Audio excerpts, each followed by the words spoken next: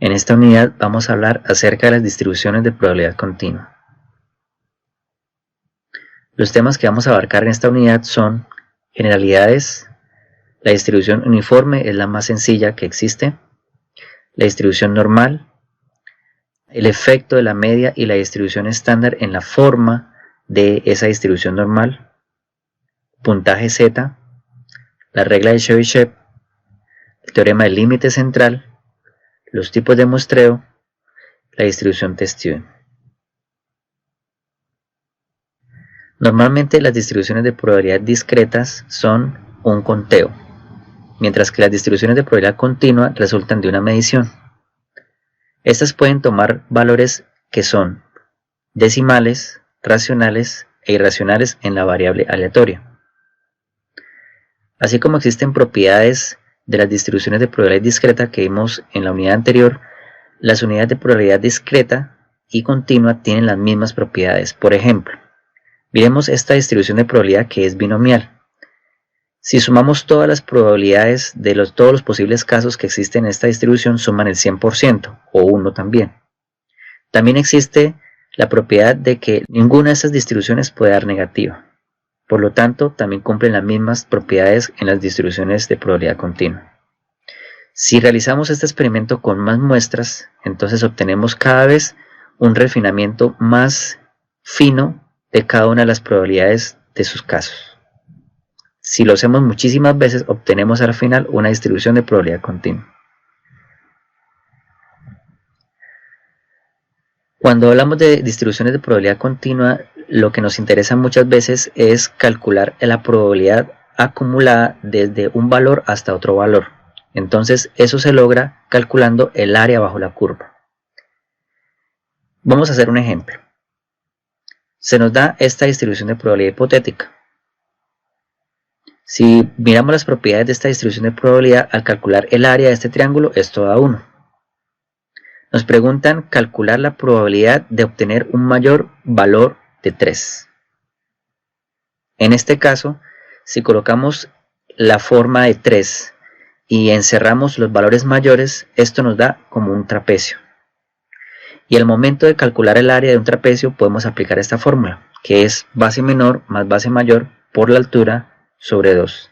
En este caso la base menor será esta altura de 0.375, esta sería la base mayor, que sería una altura de 0.5, y esta sería la altura del trapecio, como si lo estuviéramos viendo de lado. Al hacer ese cálculo, lo que vamos a obtener es un valor de 43.75% de probabilidad, o sea, esta área que está en color amarillo tiene esa área y por lo tanto esa probabilidad. La distribución uniforme se considera la más sencilla de todas porque básicamente es un rectángulo. Entonces, ¿cómo podemos ilustrar esta distribución de probabilidad que es la más fácil de todas? Supongamos que tenemos un dado cuyos valores van del 1 hasta el 6. Si obtenemos cada uno de esos lados, tiene un sexto de probabilidad de que se saque cada uno de los lados. Pero si aumentamos esos lados de 6 a 8, o a 12, o a 18, obtenemos que cada uno va a tener respectivamente un 16avo, un 12avo, respectivamente un 18avo de probabilidad dependiendo del número de lados. En el caso de que fuera un dado de infinitos lados, por ejemplo, estaremos hablando de una esfera, y en este caso cualquier punto tendría una misma probabilidad de salir. Por ejemplo, una bola de billar. En este caso obtendríamos, por ejemplo, una distribución de probabilidad uniforme si marcáramos en toda la superficie de esa esfera unos valores que van desde 1 hasta el 6, contando que hay la posibilidad de que pueda ser decimal o pueda ser entero también. Al valor mínimo de la distribución de probabilidad lo vamos a llamar A, y al valor máximo de la distribución de probabilidad continua lo vamos a llamar B. La altura de ese rectángulo normalmente es la probabilidad de obtener cualquiera de esos valores que hay entre A y B. Y a esa altura la podemos calcular mediante esta fórmula, 1 sobre B menos A. Por su parte, nos interesa también calcular la media de esa distribución de probabilidad uniforme, que normalmente se calcula como el promedio de los valores máximo y mínimo respectivamente. En este caso nos daría un valor de 3.5. puesto que 6 más 1 da 7 dividido entre 2, esto nos daría un valor de 3.5. También nos interesa conocer la desviación estándar de esa distribución de probabilidad continua, que es uniforme. En este caso se calcula con esta fórmula: valor mayor menos valor menor, eso lo elevo al cuadrado, dividido entre 12 y le saco raíz cuadrada. La distribución normal, también es llamada la campana de Gauss, es una de las distribuciones de probabilidad más utilizadas en estadística. La propiedad de esta distribución de probabilidad es que se forma una especie de montículo. Vamos a suponer que voy a hacer un experimento de medir mi cama de largo con un instrumento que se llama un flexómetro. Como normalmente está hecho por medio de un instrumento, es una medición, por lo tanto es una distribución de probabilidad continua. Digamos que vamos a medir 500 veces esta medición del largo de la cama y obtenemos una especie de montículo. Este montículo significa el valor más probable de obtener la medición del largo de mi cama. Si lo hacemos muchísimas veces, esto, que es una distribución de frecuencia, ya se convierte en una distribución de probabilidad, donde normalmente se tiene una versión teórica e ideal de esa medición de esa cama, con una media, en este caso, de 2.5. Si miramos las otras propiedades, podemos obtener que la distribución de probabilidad normal es asintótica. ¿Qué quiere decir asintótica? Que nunca va a tocar los extremos, o sea, puede ser lo más pequeño probable, pero jamás va a ser cero la probabilidad.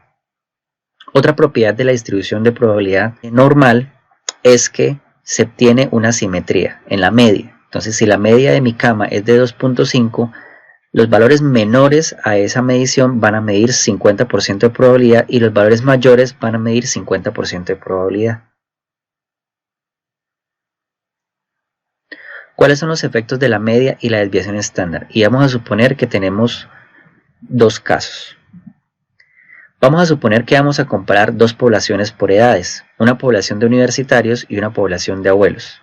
Como son grupos homogéneos, vamos a suponer que tienen las mismas desviaciones estándar, pero los abuelos obviamente tienen más edad y los jóvenes universitarios tienen menos edad.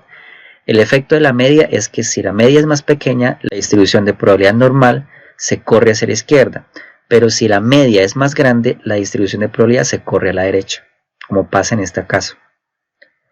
Por su parte, si vamos a tener otro caso hipotético en el cual tenemos los jóvenes universitarios e ilustrados, tenemos la misma media de su edad a una desviación estándar de 2.5. Pero ¿qué pasa si a la distribución de probabilidad de abuelos le agregamos jóvenes universitarios y le agregamos también niños? Probablemente la media va a dar la misma que los jóvenes, pero resulta que la distribución va a ser más achatada, o sea que va a ser más dispersa, es decir, que tiene una mayor desviación estándar.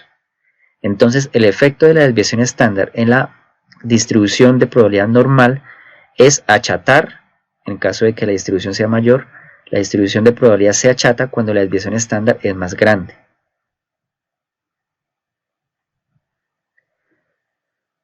Hay un elemento importante que es el puntaje Z, y el puntaje Z lo vamos a ver con un ejemplo. Vamos a suponer la edad de personas cuya media es de 35 años y una desviación estándar de 4.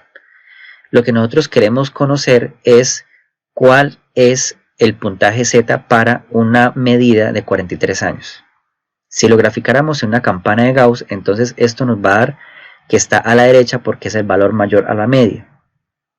Pero lo que me interesa saber en el puntaje Z es a cuántas desviaciones estándar está esa observación de la media. Para ello vamos a hacer este cálculo. Colocamos el valor observado menos la media de toda la distribución sobre su desviación estándar.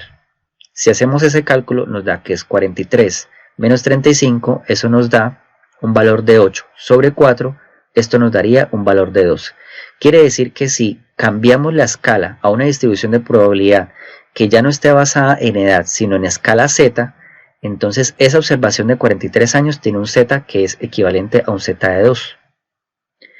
Hacer esta conversión de unidad o este cambio de variable tiene una ventaja muy importante. Lo primero es que se independiza de las unidades, entonces esta escala ya no va a tener unidades. Esta escala normalmente va a ser escala de edad, años, pero esta no va a tener unidades y eso es muy importante para ciertos cálculos en estadística. Si tomamos también la desviación estándar de esta distribución, que es la normal estándar, porque le aplicamos esta fórmula, entonces siempre la distribución normal estándar va a tener una desviación estándar de 1 y una media siempre de 0.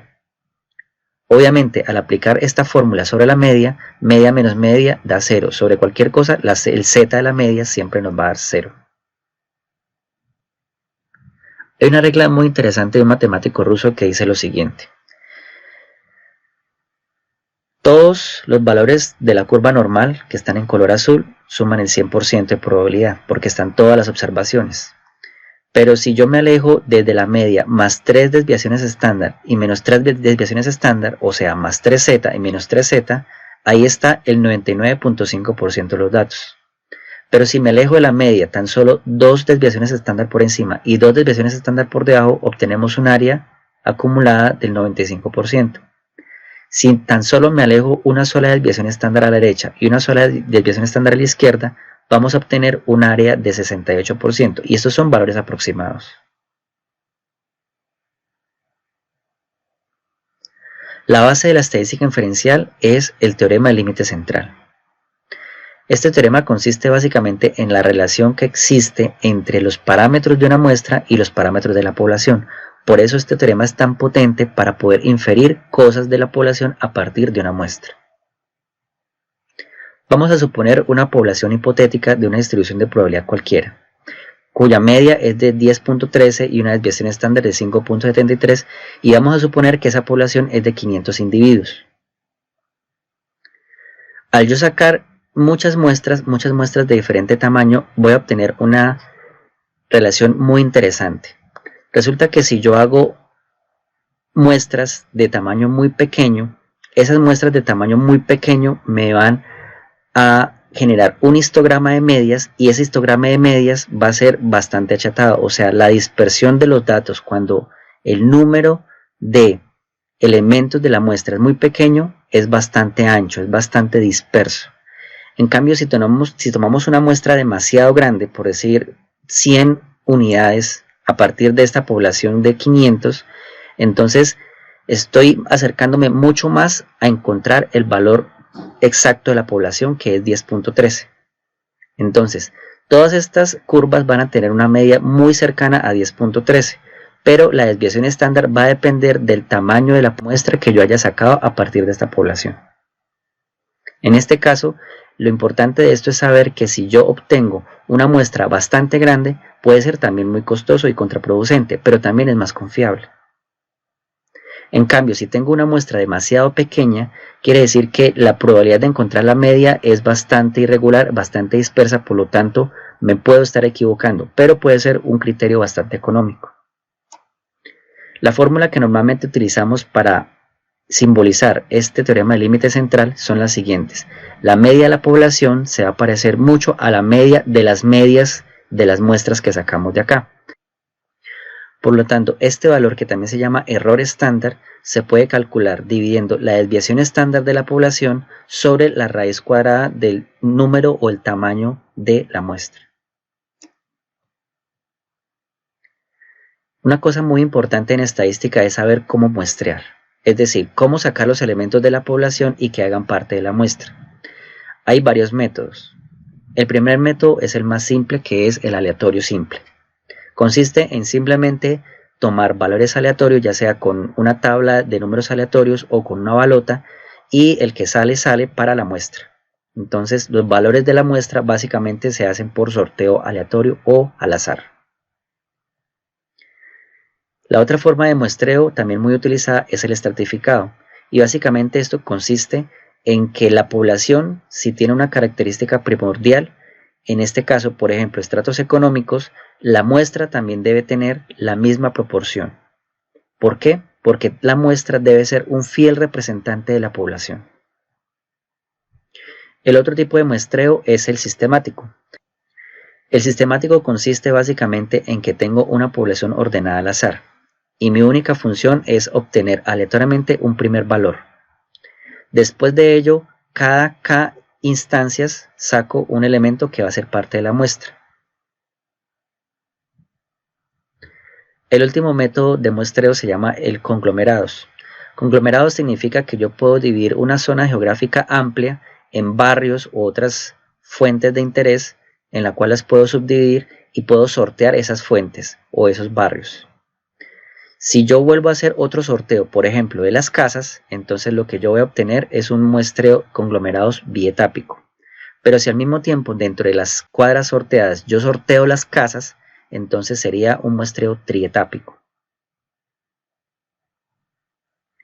Algunas fórmulas para el muestreo básicamente se toman de los libros cuando son unas variables de medias y unas variables como proporciones, que se define como una población infinita. Una población infinita se define cuando cumple estas dos características, cuando la población tiene un mayor valor de 100.000 elementos y cuando la relación población-muestra es mayor a 20. Del mismo modo, si no cumple esas dos características, se supone que es una muestra que puede ser de población finita. La última distribución y una de las más prácticas de todas se conoce como la distribución t-Student. En la distribución normal, normalmente asumimos que conocemos la desviación estándar de la población, pero esto siempre no es el caso. Cuando vamos a realizar, por ejemplo, una encuesta o un estudio, vamos a siempre a tener como una incógnita la desviación estándar de la población. Por eso esta distribución es bastante potente. La distribución t-Student se parece mucho a la distribución normal, básicamente porque también tiene forma de campana, pero se le agrega un grado de incertidumbre adicional y es el no conocer la desviación estándar de la población. Por eso tiende a ser más chata. Al momento de tener unas pocas variables en el muestreo, entonces esa curva va a ser bastante plana o bastante chata, como lo podemos ver en la figura amarilla.